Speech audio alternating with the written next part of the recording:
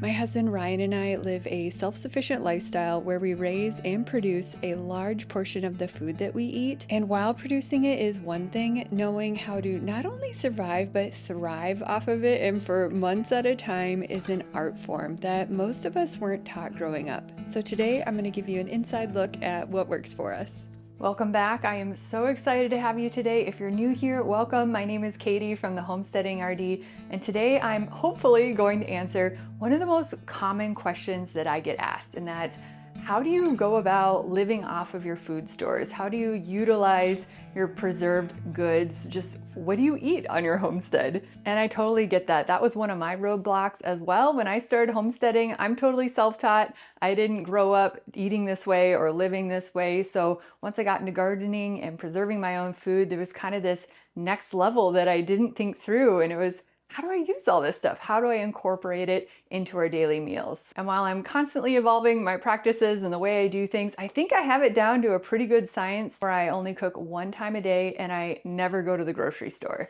And living in northern Minnesota, we have a short growing season, so that kind of forces us to really get into a good rhythm of eating preserved food because we're eating our food stores most of the year and only doing fresh eating a few months out of the year. And so yeah, I thought I'd just talk through some of my general principles, things that I'm thinking about as I'm planning out my meals and making my long-term strategies on what I'm using first based on nutritional quality, because as a dietitian, that really matters to me. I want to make sure that we are getting food consumed at its peak quality and that there's also good variety. I don't want to be stuck eating meat and potatoes every single meal. Well, that's not bad. Occasionally, we need a little variety. So I think you'll find this interesting. We'll also go through my top 10 go-to recipes. We eat a lot more than 10 recipes, but I thought that would be helpful to kind of see a good variety of different dishes that we make, all from stuff that we just have in our bulk goods and our preserved food. And yeah, I want to set the record straight before we dive in about the going to the grocery store. While I don't go to the conventional grocery store much at all, I do still outsource some things from Azure Standard. We're not 100% self-sufficient, nor do I necessarily want to be. I like having a reason to leave the homestead every once in a while. It's a good social activity. I feel like it's good to leave every once in a while. I actually have a whole YouTube video doing an unboxing so you can kind of see what I get from that store, I guess, but it's a lovely experience. You can get bulk organic goods for a discounted price, and it's just a fun social event. I have a lot of friends there, and it's just a good excuse to get out of the homestead. But those are only monthly deliveries, so I wouldn't view it as a weekly grocery store run or that type of a thing. And I don't even get orders every month either. So just as I'm running out of my big bulk goods, it's time to restock. And then while we do hunting and we raise our own meat chickens, and we're probably going to be adding meat rabbits on this year, we do still outsource with our local farmers, their pasture-raised pork and grass-fed beef. So I still enjoy supporting my local farmers as well. Okay, now that we have that out of the way, let's tackle the one meal a day claim. So yes, I feel like a lot of people, when they think cooking from scratch, that they need to be a slave to the kitchen and cooking many times a day and it's just this full day ordeal. No, I don't have time for that. You probably don't either. There's a lot to do on the homestead. So how I make it work is I cook a large dinner in the evening, so much so that we have enough leftovers for lunch the next day. So that knocks out 2 meals. So all we have left is breakfast. And we keep it super simple. We're not somebody where we need a different breakfast every single day. If you're that person, I get it, like that's so appealing, but we have a lot of stuff to do. We need to keep it simple. So we just do the same thing every morning. Since we have a lot of chickens, eggs is a easy win. And we eat a lot of eggs. Ryan eats 6 every morning for breakfast and I eat 3. And then on the side, we do a little bowl of oatmeal. So that's where I use my bulk oats that I get from Azure Standard. And then we add some extra things in there because as a dietitian, I want to make sure that there's good fat and everything. So it's not just a big carb load. And so we add some shredded coconut also from Azure Standard, some heavy cream, which I get from my raw milk farm. I should have mentioned that earlier too. So I get raw milk every other week from a local farm as well for our dairy. What else do we put on the oatmeal? Some maple syrup. So we tap maple trees around here. So just a little bit of maple syrup from our property to add some sweetness. And then also some frozen berries. So we have a lot of berry plants on our property, blackberries, blueberries, you name it. So put a little sprinkle in that. And that's it for breakfast. Next, I want to break a barrier that will simplify meals for you, hopefully. It definitely did for me, and that was letting go of complex meals and recipes.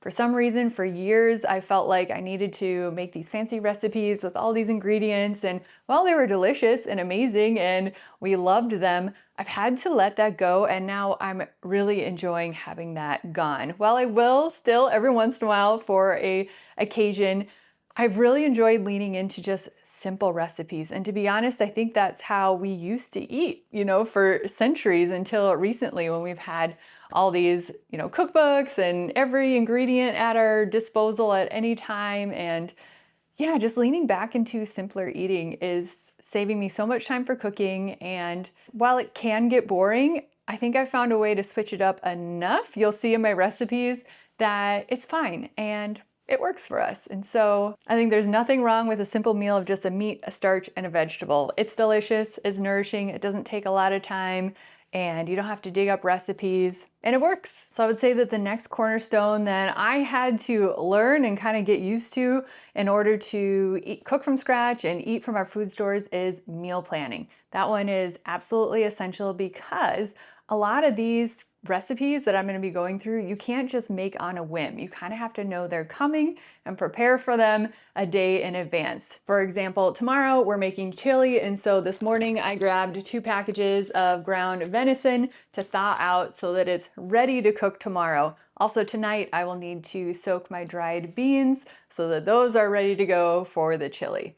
So it's not hard, you just kind of have to be one step ahead of yourself. And meal planning doesn't have to be complicated. I keep it super simple, no spreadsheets. I just take a piece of scrap paper, fold it in half, write my meals on there. And because I'm only cooking 1 time a day and breakfast is the same, I only have to write 1 meal down for each day. It is so slick, it doesn't take that much time, and it really pays off in the end. So the last golden nugget I'm gonna leave you with, and this was something that I really had to figure out of trial and error, is what order to use things. If you're someone like me where you have a root cellar, you have frozen goods, you have canned goods, you have freeze-dried goods, you have fermented goods, it can be kind of overwhelming to strategically know what to use first. And so I kind of have a hierarchy of things on what I'm eating first that tend to spoil more quickly, all the way down to saving the stuff that doesn't spoil as fast at the end. So what I'm using first is my unblanched frozen vegetables, which is a decent amount because it's easy. You just throw the vegetable in a bag,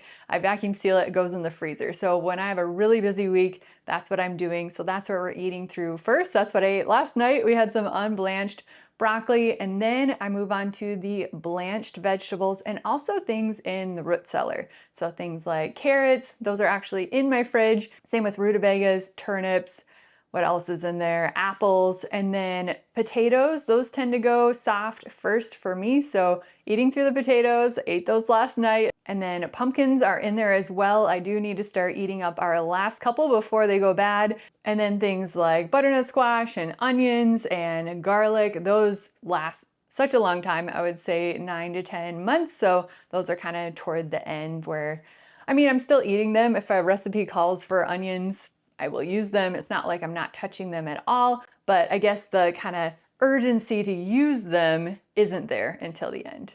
Next up are ferments. Those can last up to a year, but they're really, really good for the first 6 months. So we've been eating through our ferments, followed by canned goods. Those last 1 to 2 years. And at the very last is freeze-dried goods. Those are good for years and years. I always find myself reaching for them because they're so convenient. They're just right there in my pantry, but I always have to remind myself, no, wait, go out to the freezer, go get one of those. They're gonna spoil before the freeze-dried goods. I just wanna say thank you to the sponsor of today's video, which is Backwoods Home Magazine. This magazine is bringing back childhood for me. This is something that I've been yearning for, something that has just been such a joy to read. There is something about paper. I don't know if you feel that way, but I definitely do. I feel like we're in front of screens all the time. You're on the screen now, I get it. I run a blog and I have my YouTube videos, and that's a great way to learn, but there's something about paper and having this and just having some quiet time, screen-free time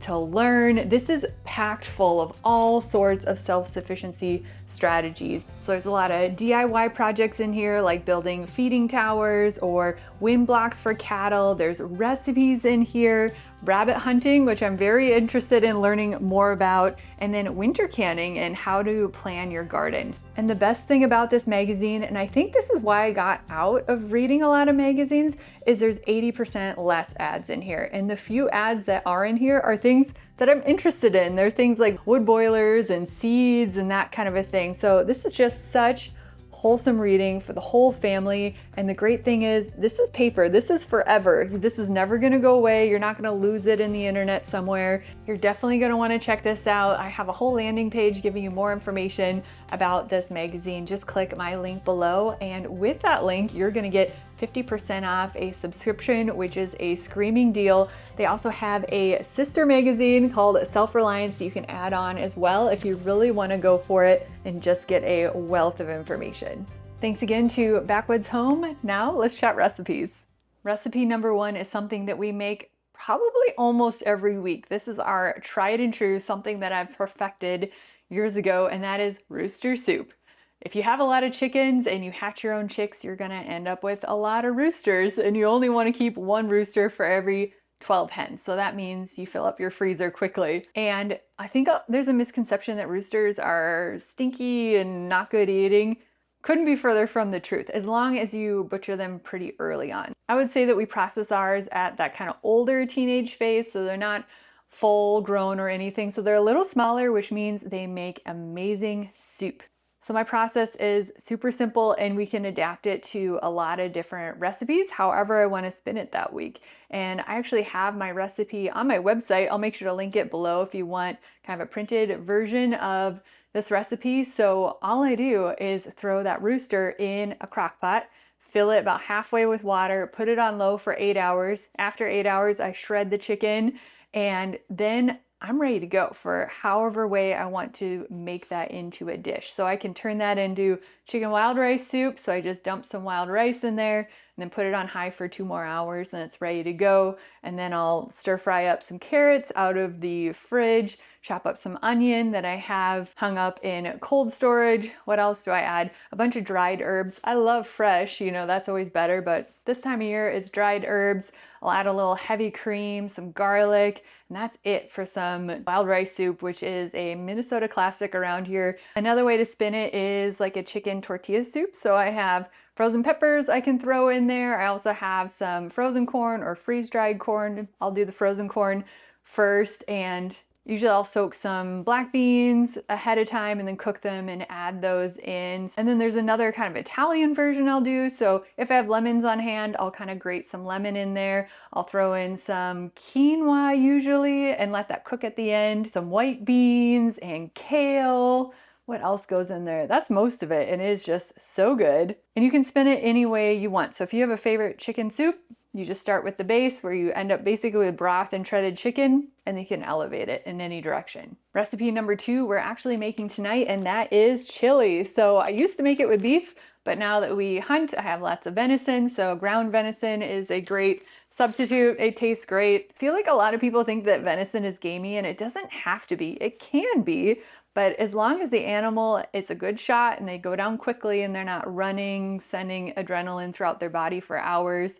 And also depends on their diet. So here we have a lot of acorns. That is really good for good tasting meat. And then how you handle that meat. So we try to age our deer for about a year, not a year, a week until we process it, and just all those things. It is so good. It tastes almost like beef. So we love it. But back to the chili. So I have my meat thawed out. Again, I had to kind of think ahead to get ready for that because I'm not getting fresh meat for the grocery store where it's all just ready to cook at any time. And then dried beans, that's a great bulk item that I get from Azure Standards. So I'll soak those tonight so that they'll soak overnight, and then I'll cook them tomorrow to add to the chili. And then I have frozen poblanos. That is wonderful in the chili. We have our canned tomatoes.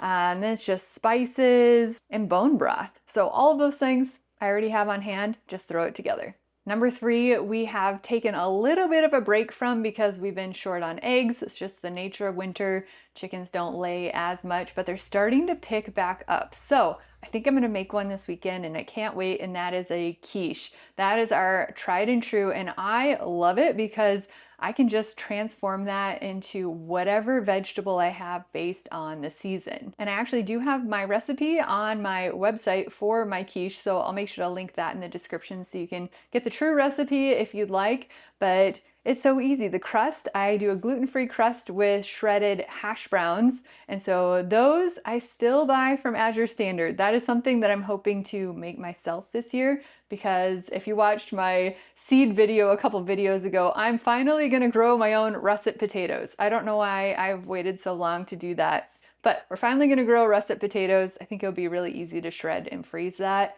So then I have my own hash browns. So that is my crust. And then of course you have your egg mixture, which is just eggs. I like to put some dried herbs, salt and pepper, a little splash of milk, which I get from my raw milk farm. And then anything else in there, I kind of rotate around. I usually try to add bacon if I can. We just got a half hog from a local farm, so I have a bunch of bacon, so I love to fry that up and then chop it up and put that in the quiche, and any vegetables that I have that are in season. So this time of year, it's a little trickier. So I'm usually doing things like garlic and onion. So those are in my cold storage. And then usually kale, I have that frozen. And so that kind of works pretty well. Ooh, and my freeze-dried tomatoes. They are almost as good as fresh. And those work pretty darn good in a quiche. But summertime, it's a lot easier. We can do bell peppers and, all the things. But wintertime, that's usually kind of my go-to, and then top it with some cheese. So that's a recipe that I can whip up anytime with things that I always have on hand. Recipe number 4, we probably do weekly, and that is some sort of a roast, whether it's venison, beef, or pork. And that is kind of a great easy button meal for me. It is so slick. So at least for the beef and the venison, I do a balsamic version of a roast, I guess, and I don't even follow a recipe. I just eyeball it. I just throw the roast in a crock pot. I add a little bit of bone broth, which I have a bunch of that pressure canned and on the shelf. I actually have a video showing how I make bone broth and pressure can it, so I'll link that below if you're interested.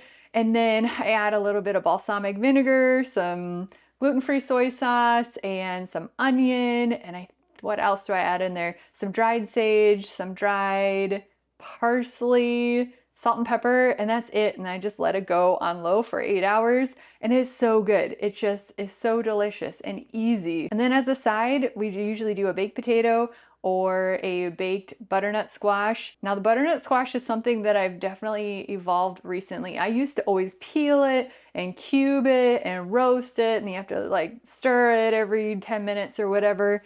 And then one time I baked a butternut squash just cut in half straight into the oven, and just out of a desperate moment of not having enough time. And as Ryan was eating it, he looked over and said, "I like this better." I was like, "You're kidding me. I've been doing it this complicated way all these years and I could have just done this." So that was such a wonderful moment for me. So now that's all we do. That is so easy. Again, just cut the butternut squash in half. I get the seeds out and I just lightly brush it with some fat, some salt and pepper, and just roast it. I don't have a specific temperature or time. I just kind of put it at whatever temperature something else needs, usually between 350 and 400 for maybe 30 minutes, but until it's soft with a fork. And then we just put butter on it, which I make myself from the cream from the raw milk farm, and it is just so wonderful. And then just a random veggie on the side. So veggies are a little harder this time of year. There's much less of the salads and the fresh eating and all the variety. I would say that our main go-to vegetables for a side are frozen green beans or frozen broccoli. Those actually freeze really well. Those are our favorites. So kind of rotate between those two quite often. There's also coleslaw. We finally finished all of our fresh cabbage though, so we're done with coleslaw for a while. And even just sauerkraut. Sometimes we'll just grab sauerkraut for a side, and same with other fermented vegetables like fermented pickles. I have fermented dilly beans, I have fermented garlic scapes, and then I also have some canned pickled veggies. So we have dilly beans. Those are so good. I make a bunch of those. Those are a great side item. And I think we finally finished up our dilly carrots from last year. This year's carrot harvest is just very sad because I got the Yaster yellows. So they're very bitter and they don't look the greatest. They're not storing super well either. So this was a sad year for carrots. Hoping next year will go better. But I would say that pairing is at least 50% of what we eat around here, like some sort of a meat, some sort of a starch, and then some sort of a vegetable. So I'll be giving you a few more examples of how to spin that in different directions. But yeah, just keeps things simple. It's delicious, it's nourishing, it works for us. Number 5 is grilling, which we don't do as often in the winter time, but if there's a nice day, it's not super windy and the sun is out and we want to just enjoy being outside, we'll grill every once in a while. And so I have some venison burgers that I made. I ground up the venison with bacon and they are so good. I also have venison brats that I made. We also have venison backstraps, which are delicious and so tender. Also some pork chops. We actually have quite a few pork chops from the half hog that we got. So grilled meat of some kind, that's pretty straightforward there.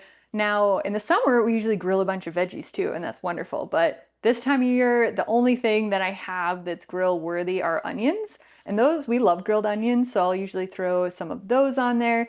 And then we'll pair it usually with some baked beans. So I'll have to think ahead on that and soak my beans the day ahead. Otherwise, leaning into corn products also work for us. So I'll make polenta and then I'll stir fry some frozen corn from the garden and kind of work that in. I get the polenta from Azure Standard. So again, we're a gluten-free household, so not so much on the buns, but we kind of make up for it with the beans and the other side items.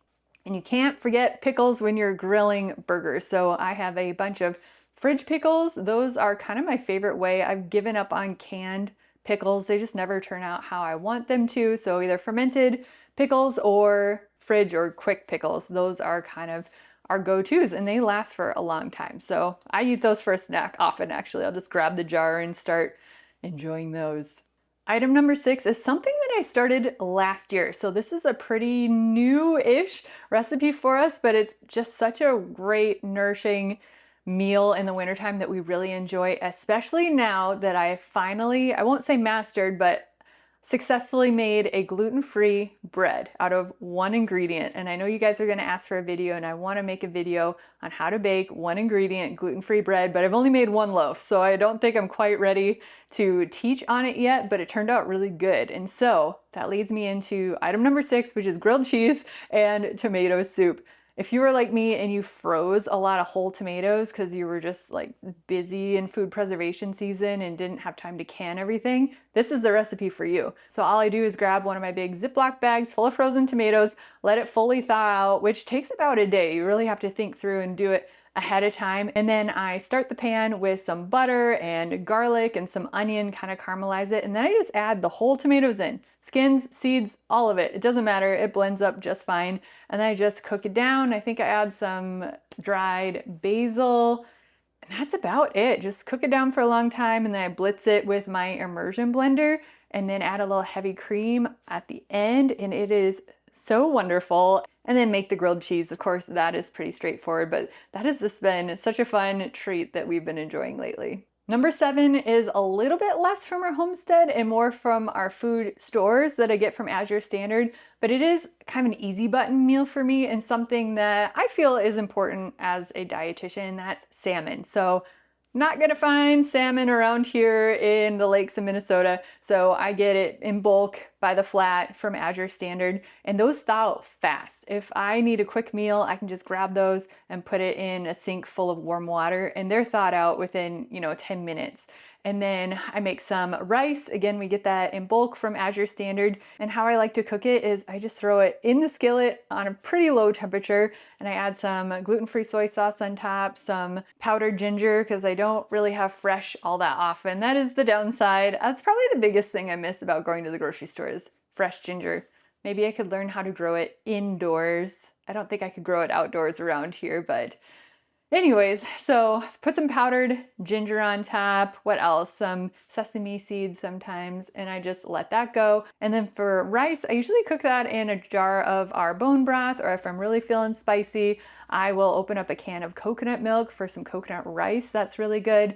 And then either the frozen broccoli or the frozen green beans come out, and I just stir fry those with some usually gluten-free soy sauce, some fish sauce, some hot bean paste, just some little Asian seasonings that I have around. I did not make those are from the store, but that's kind of an easy meal that we like to throw together. And it also kind of refreshes our flavor palette. I feel like most of our meals are kind of meat and potato type stuff, so it's kind of nice to get some Asian flair in there. Number 8 is probably one of our favorite meals, and that is a whole roast chicken. And we raise our own meat chickens, and so it's just doubly awesome because we know exactly what went into those birds. We cared for them from day one, and they are just delicious. And I just use one recipe, and it's probably the same recipe that I'll use forever. And I just make an infused butter with garlic, and I baste the chicken, add some salt and pepper. If I have a lemon, I'll stuff that in the cavity, and then some herbs. Now in the wintertime, I don't have like a bundle of herbs to stick in there, so I'll just put some dried herbs in there just for some flavor. And then you just bake it at 450 for an hour, basting every 15 minutes. And it comes out so golden delicious and amazing.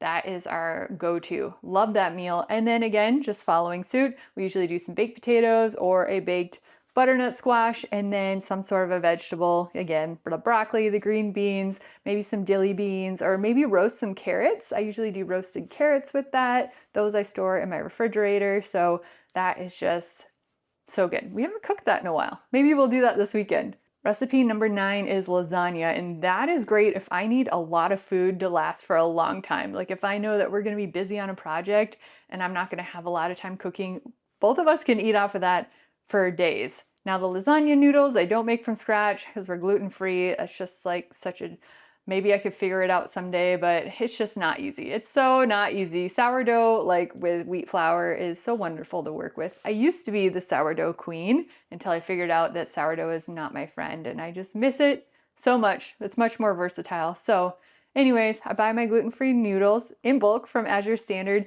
and then the rest is all mostly from scratch things. The ricotta cheese and the mozzarella I can make from scratch from my raw milk farm. But again, it's that planning ahead thing. I need to get extra milk ahead of time. I'm only going there every other week, so that's where meal planning comes in. So I know, okay, I'm gonna make lasagna next week. I'll get an extra gallon of milk so I can make the cheese, that type of a thing.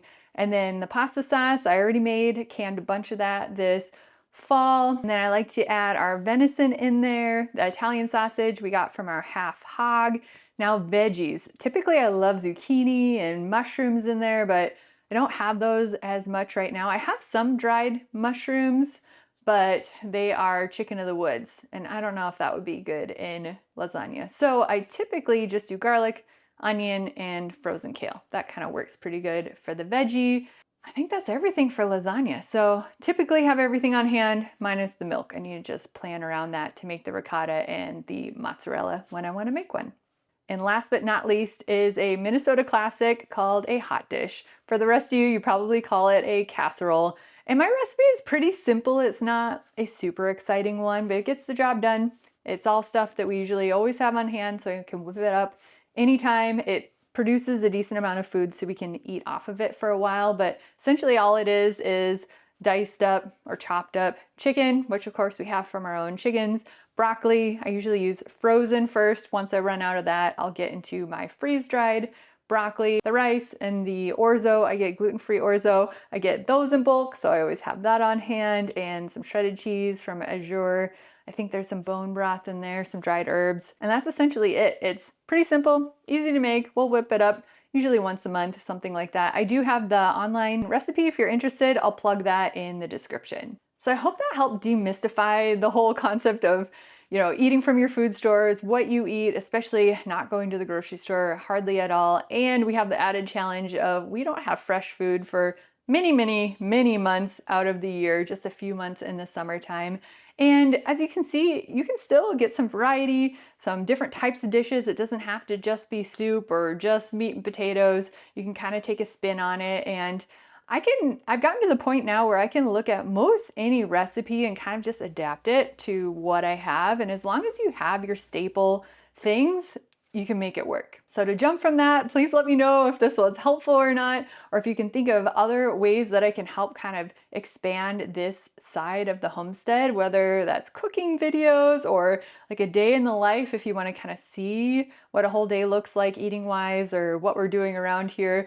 I was trying to think through what would be the best format to share and tackle this massive topic that I'm still learning and adapting. We're learning new things every year. Thankfully, so far so good. We're enjoying it. We're not bored necessarily of our food. Now, I will say, I do crave a good Thai dish every once in a while with like fresh basil and limes and mangoes. You know, that's the kind of dish that is a little bit more challenging. Maybe someday if I have a heated greenhouse, then we can really go for it. But for the most part, we're pretty happy with the meals that we're able to put together here. And again, I honestly feel like it's simpler. I don't have to do a big grocery run every week or be at the mercy of the prices that they have, or is the produce going to look good, or is it even going to be available? I know there's food shortages here and there. So it's just something so comforting to just know, yep, I have all my staples here. I have all my food here. It's all food that I know and I trust, that I grew myself,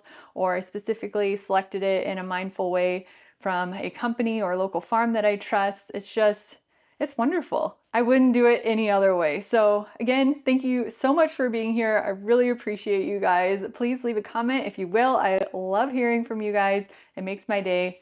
Make sure to like and subscribe if you haven't already, and I'll catch you on the next video.